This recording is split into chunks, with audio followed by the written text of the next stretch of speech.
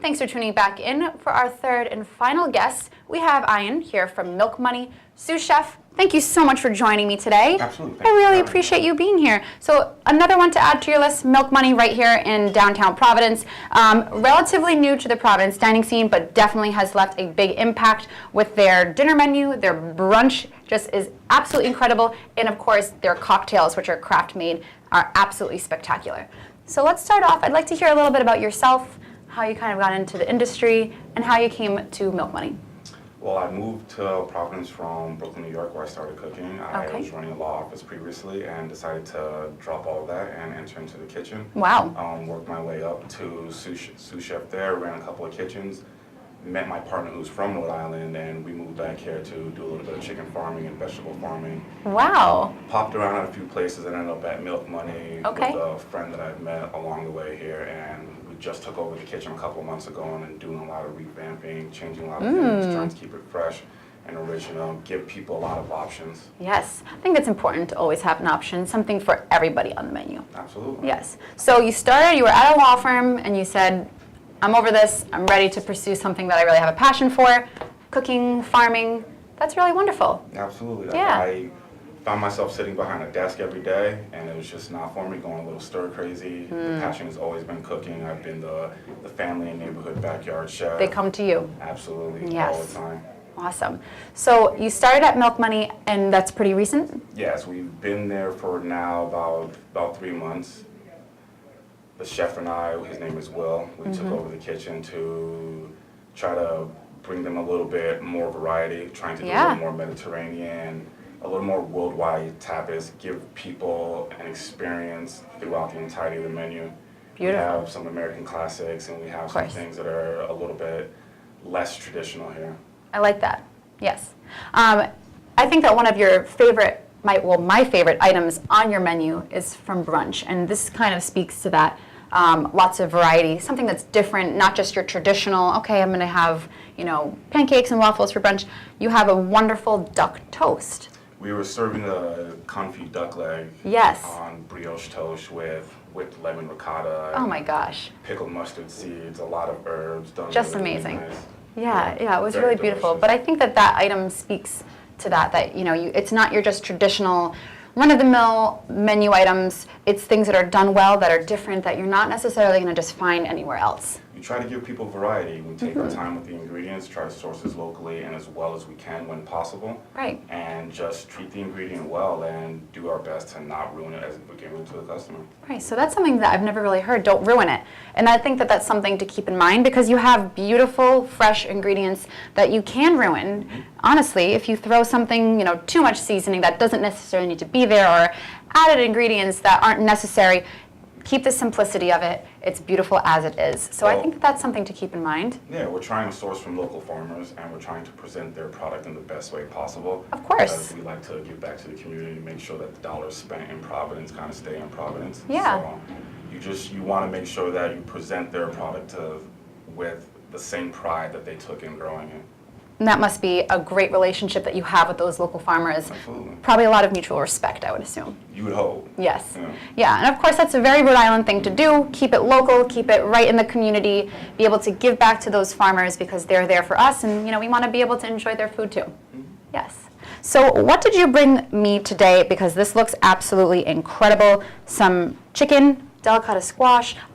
I'll let you do the talking. This is one of the newer items on the menu for the fall going into the winter. We have a herb rub, smoked and roasted chicken. Smoked and roasted. Yes, ma'am. Okay. And it's going with 4 Town Farms delicata squash and beautiful some young pea greens, topped with a nice little cranberry golden raisin granola. And it's one of the larger dishes. It's so this is an entree. Oh, meant to be shared. Okay, well it is. You're ambitious enough to take that is a lot of chicken. A lot of chicken, definitely. Whole half chicken. Absolutely. Now, smoking it and roasting it must make the skin nice and crispy, I can tell. I bet the meat nice and juicy, tender. Juicy, tender, and delicious every time. The only way to have it. And I have to say, when I see golden raisins in a dish, I'm over the moon.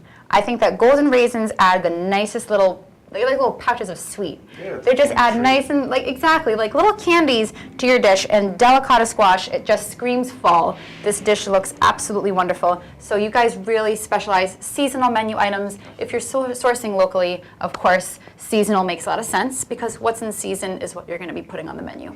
You want to put what's best at the height of its flavor, and you do what you can to preserve it, to extend the season as much as you can. We do a lot of fermenting. That's Okay. why we do the smoking, is you try to Yeah. take the product at its best and keep it at its best for Preserve as long it. as possible. Yeah, that's wonderful. Do you have a favorite dish to cook on the menu? That must be a loaded question, but They're all my favorites. all your We have favorites. I do this dish right now that I call it a squash fondue. It's also a delicata squash. Okay, So we you have do- my attention. Squash fondue.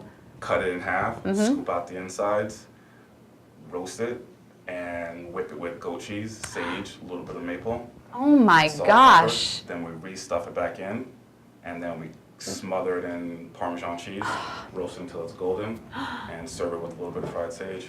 Get out of here. That sounds It's ridiculous. a treat. It's a little decadent, but again, like we like to be able to give people opportunity Yeah. to share. As we have a lot of items to choose from, so you get a little bit of this, a little bit of that, and you have a wide range of flavors. That definitely sounds very flavorful. A little bit of sweet, a little bit of savory. That sounds excellent. That sounds like fall in a dish. Now, are you dipping anything in that, or are you kind of just going right in with a fork? Going right in with the Oh, fork. right. You can't dip I like that. that style. We roll and grill our own flatbread to order, so you're able Oh, wow. to dip that as well in there as well. Yeah. Now, in addition to excellent food, you have a phenomenal bar program. I know that the bartenders take it very seriously when they're making a cocktail.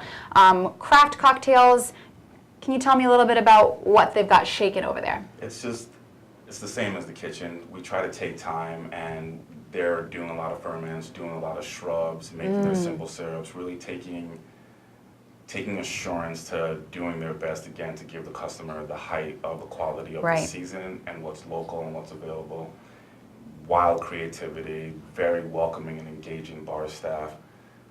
We like to bring people in and keep them, try to create that family atmosphere that every restaurant really does. Right. Well, it is a very home feeling when you step in the restaurant. It's very rustic, cozy.